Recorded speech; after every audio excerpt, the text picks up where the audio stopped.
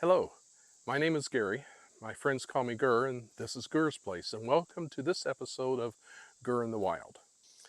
If you are one of my Facebook friends, then you know that a couple weeks ago I did a tease of a picture of a campsite, and I said, this campsite is calling and I must go.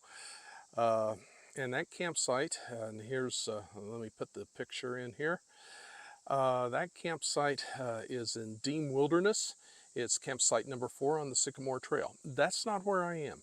I was there a few weeks ago and the creek had dried up, and I was going to have to pack in, 8 pounds of water, and that was just something I wasn't willing to do. So instead, I am here in Brown County State Park in the Raccoon Ridge campground, and I'm at campsite number 129. I've been here 2 times before, and it's a nice little campsite. It is a non-electric campsite, which means it only costs $16 plus tax and fees and whatever.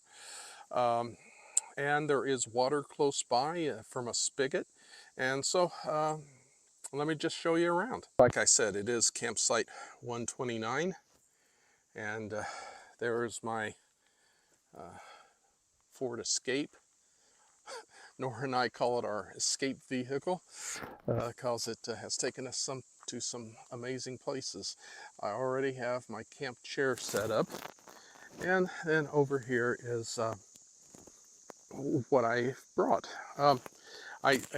Here's a picture of the back uh, of the Escape with the hatch open, and you can see uh, just minimal equipment.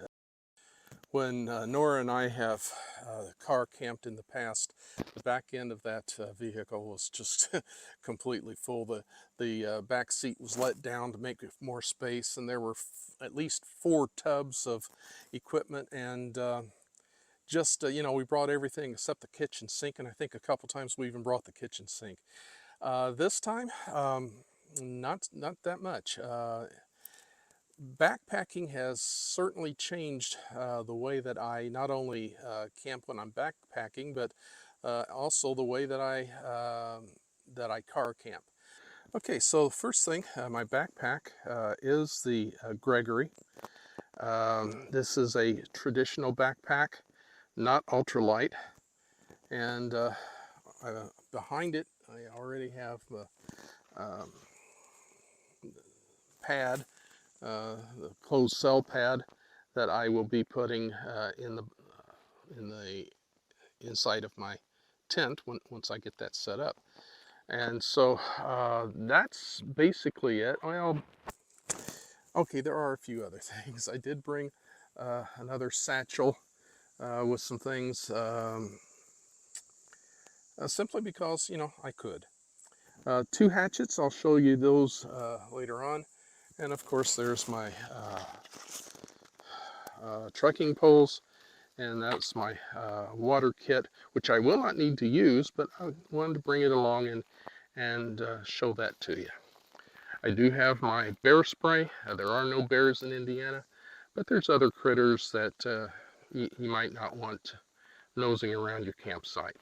So coyotes are really the only major predator in Indiana. Um, we do have bobcats. So in the event that a bobcat or a coyote decided to visit my campsite, um, I would be able to discourage them. Okay, so let's start unpacking the backpack. First of all, I'm going to take this hat off. It is warm today, so I'm going to take that off, lay it right there. First of all, in the brain, got my sit pad, and since the bench here is just a little bit wet from the rain last night, I'm going to put the sit pad on there and stay dry. Got some off in here as well, and then if I zip that up, and then that's the small compartment in the brain. The brain does have a larger compartment around here somewhere, right here. Oh, that was the larger compartment. All right, all right. Nothing was in there, in the small compartment, I don't think. No, nothing in there. So let's unbuckle this.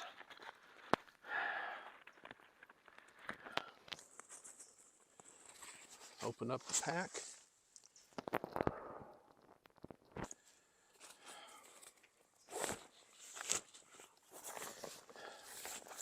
And the first thing on top is the food bag. So that's, I've got my lunch for today. Let's see here, it's 11:42 right now, so I'll be starting lunch here in a little bit. Got lunch for today, supper for this evening, and breakfast in the morning, and some snacks. So that's in my food bag. Something that I don't usually pack when I'm backpacking are just some little plastic bowls. They're very light, weigh practically nothing. This time I did bring my full cook kit, simply because I could. I would not have the full cook kit if I were backpacking, trying to be ultra light. But since I didn't have to be ultra light on this trip, I brought the full cook kit. Fuel, my fire kit, and we will use this later on. Some straps. This is to strap my sleeping pad to that closed cell pad that I showed you earlier. I use the closed cell pad to protect my blow-up pad from getting punctures. When you pay as much as you do for a good blow-up pad, you want to protect it. And so I brought these straps so I can strap it to the closed cell pad. What else is in here? Here's my first aid kit. I thought I had my first aid kit in the brain. That's what I was looking for, but well, it was inside. All right, what else do we have? Just some matches. Threw them in as a afterthought. Otherwise, they would have been in my fire kit. The cozy, homemade cozy for putting my meal in while it's being rehydrated. Homemade, or you can pay a bunch of money for one of these, but it's just easy to make. All right, what else is in here? Something else that I normally would not pack on a backpacking trip, but again, because I could, I brought them. Some camp lights, battery operated lights for inside the tent. Okay, what else? Now, I showed you this in a previous video.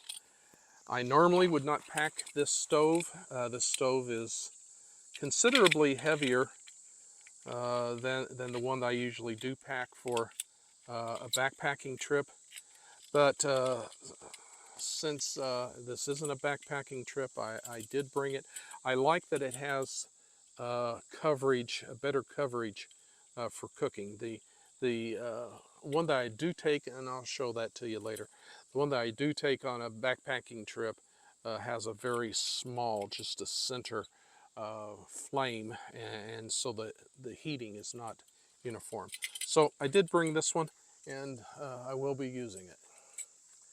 All right. Trash bags, again, I would not bring a whole roll of trash bags on a backpacking trip, but I'm not backpacking. Okay, what else is in here? Now, my spoon, another strap.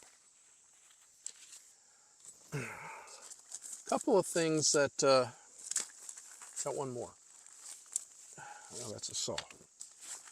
I'm going to do a complete, we're going to look at building fires. And so I'm going to do a complete demo later on using these two knives. They both have ferro rods. We're going to see if we can start a fire without the matches, just using one of these thingies. I also brought my saw. Here in Brown County State Park, you cannot harvest wood, even wood that's laying on the ground.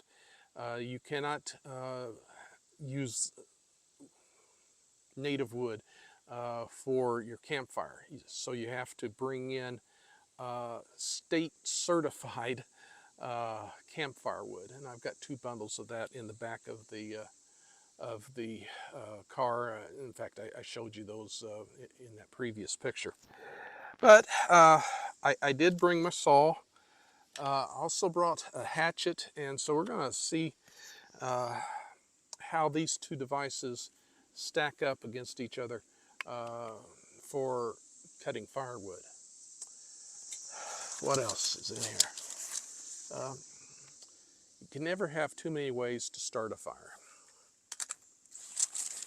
Okay, so here are the poles for my Kelty.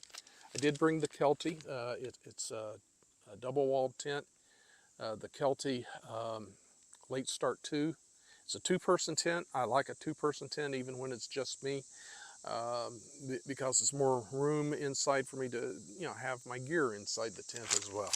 So there's the stakes. All right, so here's the tent.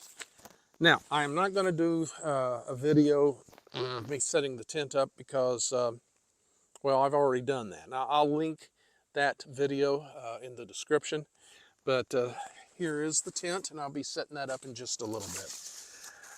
Getting on down inside of the pack, got a waterproof liner.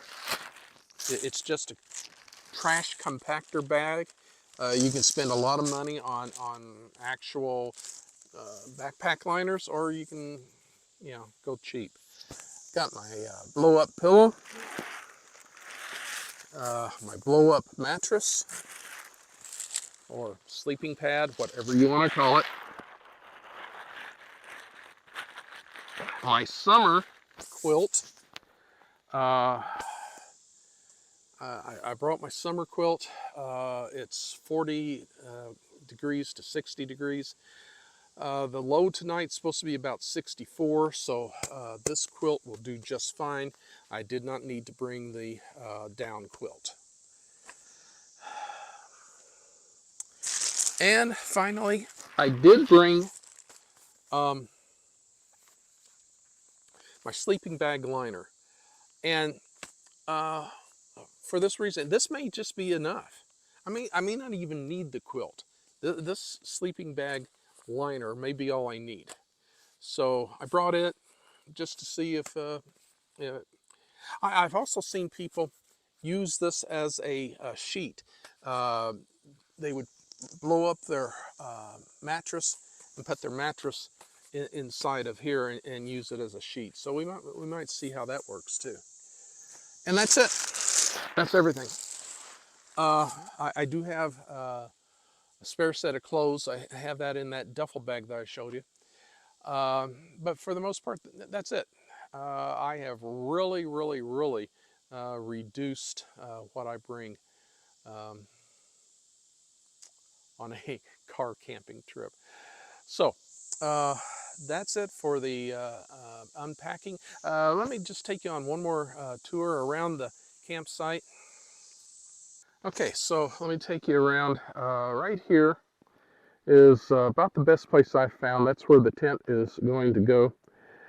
Turn around this way, and there's the fire ring.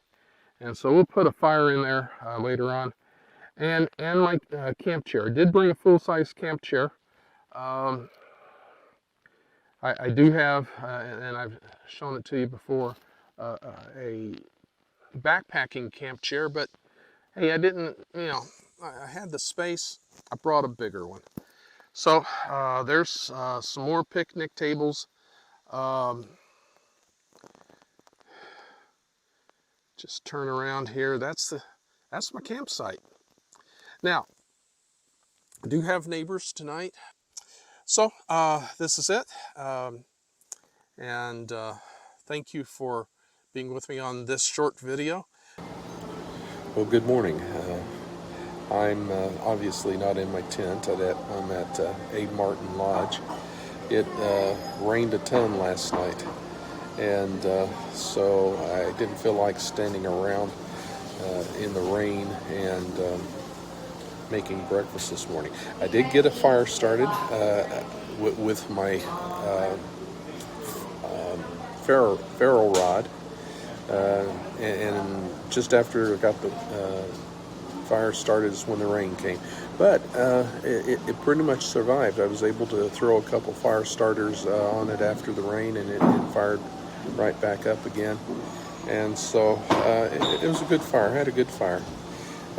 Second rain came about 10 o'clock, and it was just a golly washer. And so I stayed dry inside my tent, but it's mud splashed, and so I didn't even bother packing it this morning. I just folded it up and put it in the back of my SUV. So I'm here at 8 Martin. I've ordered breakfast, having a stack of pancakes and a side of bacon and lots of coffee. Thank you for coming along with me on this trip. Appreciate it, and I'll catch you on the next.